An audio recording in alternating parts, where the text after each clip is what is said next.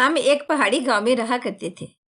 वाला साहब ट्रक चलाते थे और भेड़ बकरियों के रेवड़ लाद कर शहरों शहरों पहुंचाते थे। एक बार बदकिस्मती से उनका ट्रक खाई में गिर गया। सद शुक्र कि उस रोज ट्रक में वो खुद मौजूद ना थे, बल्कि उनका साथी गले को लेकर जा रहा था। ऐसे संगीन हादसात का नतीजा भी संगीन होता है। ट्रक के साथ वाला साहब को अपने गले और बावफा साथी ड्राइवर से हाथ धोना पड़े। उनका जरिया रोजगार खत्म हो गया। वो मुफलिस हो गए। ये ट्रक कुछ दिनों पहले ही उन्होंने कर्ज पर लिया था। भेड़ बकरियों के गले और ट्रक से महरूमी के बाद बाबा जान निहायत अफसुर्दा रहने लगे। यहाँ मजदूरी शाज ही मिलती थी। वो हाथ पर हाथ धरे घर बैठ गए। पल्ले रकम ना थी कि शहर जाकर कोई कारोबार करते। वो खुद रूखी सूखी खाते, मगर हमको बकरियों का दूध पिलाते। इन्हीं दिनों हुकूमत की तरफ से पहाड़ों को काटकर सड़क को चौड़ा करने का मंसूबा शुरू हुआ, तो शहरी ठेकेदार वहां आ गए, जिनको मकामी मजदूरों की जरूरत पड़ी। वालिद साहब को भी एक वाकिफ ठेकेदार की वसासत से काम मिल गया। वाला साहब मैट्रिक पास थे। उन्हें तालीम का शऊर था। वो भाई बहराम को पढ़ाना चाहते थे, लेकिन हालात की तंगी की वजह से ऐसा ना कर सके। फिर ये वक्त भी गुजर गया। उन्होंने बहुत मेहनत मशक्कत की। रफ्ता रफ्ता हालात संभल गए। फिर उधार पर ट्रक हासिल किया और 7 भेड़ बकरियों का रेवड़ भी खरीद लिया। अब जिंदगी पुरसकून हालात के धारे पर चल निकली। सुकून के ये दिन मगर थोड़े थे। उन दिनों बहराम भाई 16 बरस और मैं 14 साल की थी, जब एक रोज अचानक बाबा जान की मैयत घर आ गई। वाकया ये था कि जिससे बाबा जान ने कर्ज लिया था, वो रकम का तकाजा करता था। उससे एक रोज झगड़ा हो गया। उस शख्स ने कर्ज के बदले में मेरा हाथ मांग लिया, तो मेरे वालिद को तैश आ गया। दोनों ने बंदूकें निकाल ली और बाबा दुश्मन की गोली का निशाना बन गए। वो शफीक बाप, जो खुद फटे पुराने कपड़े पहनकर भी हमको नया लिबास मुहैया करते थे, खुद रूखी सूखी खाते, मगर हमको दूध और मक्खन देते, अब वो हमारी जिंदगी से निकल गए थे। अपने पीछे कर्जा और हमारे लिए दुश्मन छोड़ गए। अब मेरी माँ को तनहा हालात का सामना करना था। वाला साहब के फोत होते ही बरादरी के चंद हजरात हमारे गिर्द इकट्ठे हो गए। उन्होंने माल और ट्रक कब्जे में ले लिया। वालदा से कहा कि तुम्हारे शोहर का कर्ज अदा करना है और बाकी विरसे की हिफाजत भी हम करेंगे, क्योंकि तुम औरत होने के नाते हिफाजत ना कर सकोगी। ये विरसा तुम्हारे यतीम बच्चों का है, तुम नासमझी में इसको गंवा दोगी। उन्होंने एक जिलका बुलाया और फैसला हुआ कि पहले मरहूम के इसाले सवाब के लिए कुछ करें। हमारे वालिद के रिश्तेदारों ने वो माल मवेशी जो हमें विरसे में मिले थे फरोख्त करके वालिद के नाम पर इसाले सवाब की खातिर खाना पकाकर लोगों को खिलाना शुरू कर दिया, और यह सिलसिला 40 रोज तक जारी रखा। अफसोस उस वक्त हम कमसिन थे। खबर ना थी कि हमारा हक लोगों को खिलाया जा रहा है। यूं रिश्तेदारों ने इसाले सवाब के नाम पर हम यतीमों को कंगाल कर दिया। बाकी जो बचा वो कर्ज का सूद उतारने की मद में चला गया। हमारी माँ के दुखों का किसी ने एहसास ना किया। अफसोस ये है कि इन फैसलों में खुद हमारे ताया और चचा शामिल थे। जब हालात नागुफ्ता बे हो गए तो अम्मी जान हमको लेकर मामू के घर आ गई। ये ऐसा पहाड़ी इलाका था जहाँ काश्तकारी नहीं होती थी और ना ही मजदूरी मिलती थी। माँ का किसी के घर जाकर काम करना भी नामुमकिन था।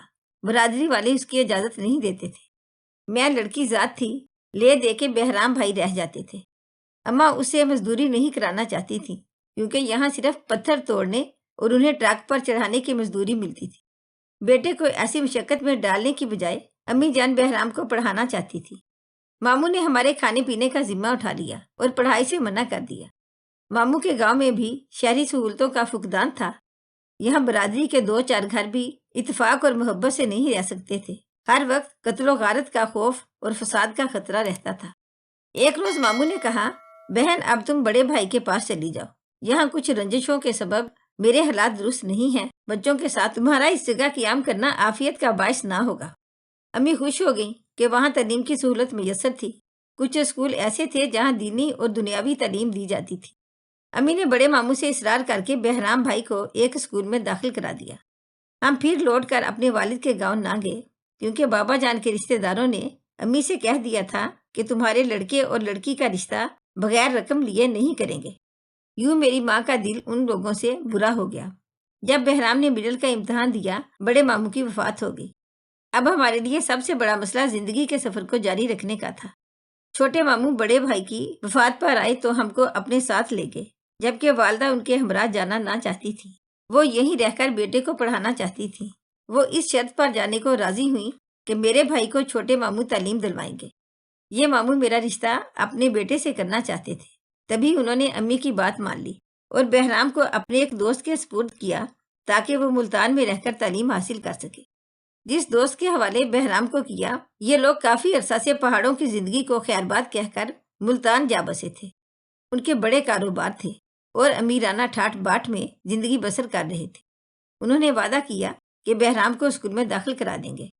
میرے بھائی کو اسکول میں داخل تو کرا دیا، مگر اسے پڑھنے کا وقت نہ دیتے، اسے اپنے چھوٹے موٹے کاموں پر لگائے رکھتے۔ انہوں نے بہرام کو اپنا خادم بنا لیا تھا۔ اس نے امی جان کو خط لکھا، مجھ سے 2 کام ایک ساتھ نہیں ہو سکتے، پڑھوں یا پھر ان لوگوں کی چاکری کروں۔ اب آپ جو فیصلہ کریں، اجازت دیں تو یہاں سے چلا جاؤں اور رہنے سہنے کھانے پینے کا بندوبست کہیں اور کر لوں۔ امی جان نے جواب دیا، بیٹے کسی سرائے میں سو جایا کرو اور شام کو 2-3 گھنٹے کسی ہوٹل میں برتن مانج لیا کرو، مگر پڑھائی جاری رکھو۔ یہ ایک ایسی جمع پونجی ہے جو عمر بھر تمہارا ساتھ دے گی۔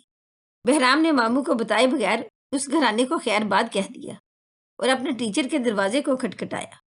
اس نے جب بہرام کے چہرے پر پریشانی کے آثار دیکھے تو پوچھا، کیا بات ہے بہرام، تم کیوں اس قدر پریشان ہو؟ ماں نے مجھ سے اس لیے دوری برداشت کی کہ پڑھ لکھ جاؤں۔ اب ان کی آرزو پوری کرنے کی خاطر پریشان گھوم رہا ہوں۔ گھر ہے اور نہ ٹھکانا، 2 وقت روٹی کا آسرا بھی نہیں ہے۔ جہاں رہتا ہوں وہ پڑھنے کا وقت بھی چھین لینا چاہتے ہیں، جبکہ پڑھائی وقت مانگتی ہے۔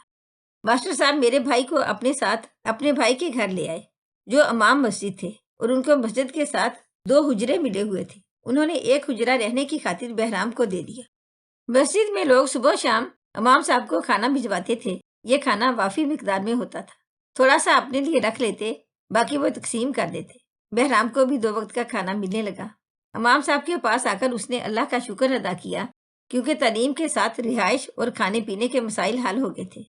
میٹرک تک وہ اسکول اور مسجد میں درس قرآن سے فیض حاصل کرتا رہا۔ میٹرک کے پرچے دے کر میرا بھائی گھر آ گیا۔ امی سے کہا کہ دعا کریں میرے پرچے اچھے ہو گئے ہیں، نمبر بھی اچھے آ جائیں تاکہ کالج میں داخلہ مل جائے۔ وہ جب سے امام صاحب کے پاس رہنے لگا تھا، دینی علوم حاصل کرنے کا شوق بھی دل میں جاگزین ہو گیا تھا۔ رزلٹ آیا، اچھے نمبروں سے کامیاب ہو گیا تھا۔ امی سے کہا، امام صاحب کے پاس ملتان جانا چاہتا ہوں، ان کی معاونت سے آگے پڑھنے کا ارادہ ہے۔ ماموں میرے تعلیمی اخراجات اٹھانے سے قاصر ہیں۔ اس روز والدہ کے پاس بھائی کو دینے کے لیے کرایہ بھی نہ تھا۔ انہوں نے 30 روپے دیے اور کہا، بیٹے اتنی ہی رقم میرے پاس ہے، البتہ دعائیں ضرور تمہارے ساتھ جائیں گی۔ اماں کی بات سن کر بہرام چپ ہو رہا۔ 30 روپے جیب میں ڈال کر وہ ہمیں خدا حافظ کہہ کر چلا گیا۔ کرایہ کم ہونے کی صورت میں بس پر جانے کی بجائے وہ ایک ٹرک والے کے پاس گیا اور درخواست کی کہ کم پیسوں میں مجھے منزل تک پہنچا دو۔ اس نے حامی بھر لی۔ آگے جا کر وہ خود اتر گیا اور ٹرک ایک دوسرے آدمی کے حوالے کر دیا۔ ٹرک نے ساری رات سفر کیا اور صبح صادق کے وقت منزل پر پہنچا۔ ڈرائیور نے ایک مسجد کے پاس ٹرک روک لیا اور خود نماز پڑھنے چلا گیا۔ بہرام نے سوچا کہ کیوں نہ میں بھی نماز پڑھ لوں اور اللہ سے دعا کروں تاکہ آگے منزل آسان ہو۔ جب وہ نماز پڑھ کر مسجد سے باہر آیا اور چائے لینے کو جیب میں ہاتھ ڈالا تو بٹوا غائب تھا۔ اس کے پیروں تلے سے زمین نکل گئی۔ سوچنے لگا، اب 30 روپے بھی نہیں رہے، ٹرک والے کو کیا دوں گا، خدا جانے وہ میرا کیا حشر کرے گا۔ اسی سوچ میں غلطاں وہ مسجد کے سامنے کھڑا تھا کہ ایک نمازی باہر نکلا۔ اس نے غور سے بہرام کو دیکھا۔ اسے میرے بھائی کا چہرہ سخت پریشان نظر آیا، جانے اس کے جی میں کیا سمائی۔ قریب آ کر پوچھنے لگا، لڑکے بتاؤ تم کو کیا پریشانی ہے؟ حضرت صاحب، کسی نے جیب سے بٹوا نکال لیا ہے۔ پریشانی یہ ہے کہ مسافر ہوں، کہاں جاؤں اور کس سے مدد مانگوں؟ اللہ کے در پر کھڑا ہوں اور اپنے اللہ ہی سے مدد مانگ رہا ہوں۔ اس اللہ کے بندے نے ترس کھایا اور رقم دے دی۔ میرا بھائی دوڑ کر ٹرک والے کے پاس آ گیا جو ٹرک کی ڈرائیونگ سیٹ پر بیٹھ چکا تھا۔ اسے کرایہ ادا کیا اور امام صاحب کے پاس پہنچا۔ انہیں احوال بتایا۔ انہوں نے کہا، اگر دنیاوی علم حاصل کرنا چاہتے ہو تو گھر واپس جاؤ اور اپنے گھر والوں سے اخراجات لو۔ اگر دینی علم چاہتے ہو تو میں رکا لکھ کر دیتا ہوں، میرے دوست کے پاس میاں والی جاؤ، وہ تمہاری امداد کر دیں گے۔ کالج کے اخراجات ماموں سے ملنے کی امید نہ تھی، تبھی امام صاحب پر تکیہ کر لیا اور ان کا رکا لے کر میاں والی روانہ ہو گیا۔ وہ بہرام کو لاہور لے آئے اور دارالعلوم میں داخل کرا دیا، جہاں چند برس قیام کیا، اور جب فارغ التحصیل ہو گیا تو سند لے کر والدہ کی خدمت میں حاضر ہوا۔ واپسی بس پر کچھ اس طرح سفر طے کیا کہ گاڑی تک کا کرایہ پورا نہ تھا۔ टिकट चेकर ने टिकट तलब किया, फिर गुस्से से कहा कि किराया निकालो वरना हवाले पुलिस करता हूँ। एक मुसाफिर ने कहा, इसकी जेबों और बैग की तलाशी लो, हल निकल आएगा। जेब से तो कुछ ना निकला। बैग से एक जोड़ा कपड़ों का और कुछ किताबें दीनी और एक नुस्खा कलाम पाक मिला तो उस मुसाफिर ने खुद किराया अदा कर दिया। फिर अपने पास बिठाकर हाल दरियाफ्त किया। बहराम से दास्ताने जिंदगी सुनकर अपना त्वारफी काट दिया। कहने लगा, मैं दुबई में कारोबार करता हूँ, मेरे भाई भी अरसा से वहाँ मुकीम है, कभी जरूरत पड़े तो याद कर लेना। अब सीधे घर जाओ और अपनी वालदा की कदम बोसी की सादत हासिल करो। भाई मुद्दत बाद घर आया था। अम्मा ना चाहती थी कि वो दोबारा परदेश जाए, मगर अब रोजगार की तलाश बाकी थी। उधर कर्ज ख्वाह तंग करते थे कि असल जर नहीं है तो सूद अदा करो। बहराम को चंद रोज हुए थे कि कर्ज ख्वाह आ गए और रकम का मुतालबा किया। अम्मी जान ने कहा, मेरा बेटा पढ़कर आ गया है, अब ये खुद अपना कर्ज अदा कर देगा। वो बोले, ये क्या कमाएगा, हमको तसलियां ना दो, रकम दो वरना इसे हमारे हवाले कर दो, ये हमारे पास बेगार करेगा और जब हमारी रकम पूरी हो जाएगी तो उसे वापस छोड़ जाएंगे। उस रोज मामू किसी काम से दूसरे शहर गए हुए थे। वो उनकी गैर मौजूदगी में मेरे भाई को हमरा ले गए। उन्होंने मेरी वालदा की मिन्नत समाजत पर कान ना धरे और ना उनकी बुजुर्गी का लिहाज किया। किसी के दिल में रहम ना जागा। किसी ने मेरी माँ की आहो बका को नहीं गर्दाना। वहाँ कोई मेरे भाई को छुड़ाने वाला ना था और ना हमको किसी ने शर्मिंदगी और जिल्लत से बचाया। उन्होंने मेरे भाई से 1 साल पहाड़ों में मशक्कत कराई। एक रोज बहराम को इस मुसाफिर का ख्याल आया जिसने बस में उसका किराया भरा था। उसका नाम अब्दुल्ला था। भाई ने उसे फोन किया और अपनी मुश्किल बताई और मदद की दरख्वास्त की। अब्दुल्ला ने महरम खान से फोन पर राब्ता किया और पूछा, बहराम के वालिदैन ने आपका कितना कर्ज देना है? अगर कोई मुआहदा और कर्जनामा तहरीरी तौर पर तुम्हारे पास है तो आकर मुझे दिखाओ और अपने कर्ज की रकम ले जाओ। कागजात लेकर महरम खान अब्दुल्ला के पास गया और मुआहदा दिखाया तो उसने रकम अदा कर दी। यूं बहराम को उन लोगों की कैद से रिहाई मिली। बहराम आजाद होकर आ गया। अम्मी ने अब्दुल्ला को बहुत दुआएं दी। अब्दुल्ला हमारे घर आया और मामू से कहा, अगर आप इजाजत दें और बहराम की मर्जी हो तो मेरे साथ दुबई चले, मैं वहाँ इसकी मुलाजमत दिलवा दूंगा। इस तरह आप लोगों के माली हालात बेहतर हो जाएंगे। अम्मी और मामू की इजाजत से मेरा भाई अब्दुल्ला के साथ दुबई चला गया। वो वहाँ कुछ अरसा उसका मेहमान रहा। फिर एक मस्जिद में अमामत मिल गई क्योंकि संद याफ्ता था, अच्छी तनख्वाह मिलती थी और वो बाकायदगी से हमको रकूम भिजवाता था। 5 बरस बाद बहराम ने इतना कमा लिया कि मेरे खामिद को ट्रक दिलवाया और अम्मी को उम्रा और हज कराया। अब हमारे अच्छे दिन आ गए। मैं 2 बच्चों की माँ थी।